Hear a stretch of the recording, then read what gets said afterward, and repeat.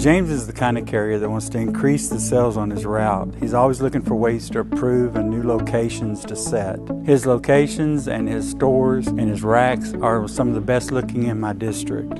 He's always on time with a great attitude, and he's very punctual, and he's a great asset to my district.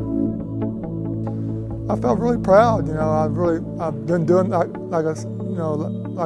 been doing this since I was 12 years old, and I'm now almost 55. So it really felt honored that people recognize me for all the hard work I put in. I've been doing my single copy route for about 14 and a half years, but I've been in the paper business since 1969. I distribute roughly about 350 papers to 450 papers daily and about 650 papers on Sunday. Probably about 80 miles a day. It's a pretty good income job, and since you work mainly at nights, you have a lot of spare time during the day to spend with your family.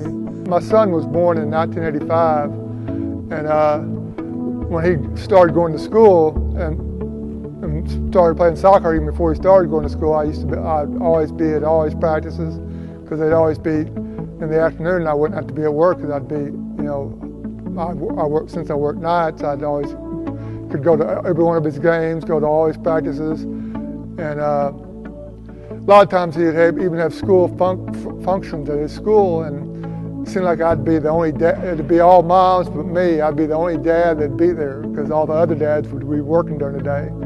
Both of them are grown. My youngest son, matter of fact, he graduated from A&M 3 years ago, and he lives down in Houston now. In single copy, you get to interact with people every day. It's not just like home delivery lot. You might go through your whole route and not even see a person, but in single copy, you get to see 20 or 30 people every day, and that's one of the biggest things I enjoy about this job. Yeah, you just look for new businesses that are opening, or if it's something like a donut shop or something like that, you try to set a rack out, set a new rack outside. But if it's a bigger store, like a store like a gas station or something like that, you go talk to them and try to, tell them you want to put a rack inside. You sell more papers on stores where you go inside than you do on a rack outside. The weirdest thing that ever happened to me one time, this happened in 2004. Actually, I remember the date exactly, March 15th, 2004. I was fixing to go to one of my stores, and it was on a Monday morning, and then my dome light on my inside of my truck started blinking. And I thought, I thought it was just a bulb going out, so I went ahead and go up to the store, and when I got out, it somehow shorted out, and it started a fire. And it was my truck at the time was had a back seat to it, and I had all my papers in the Sunday returns in the back seat, and it caught all those papers on fire, and it burned my truck completely to the ground. Luckily, I was right in front of the store, and the store caught it completely on videotape, and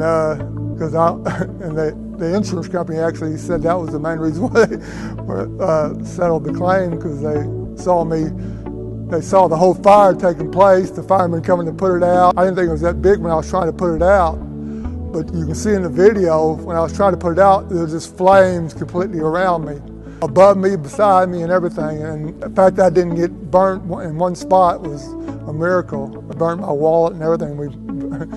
About the only thing I got, I was able to get my quarters. They didn't melt? No, they were all burnt, but I was able to clean them up enough to be able to actually turn them in and sell them. If I won this reward, I think it would be one of the most proudest things I've done in my life, considering my whole life has been dedicated to the newspaper business. To win a statewide award like this would really be special to me.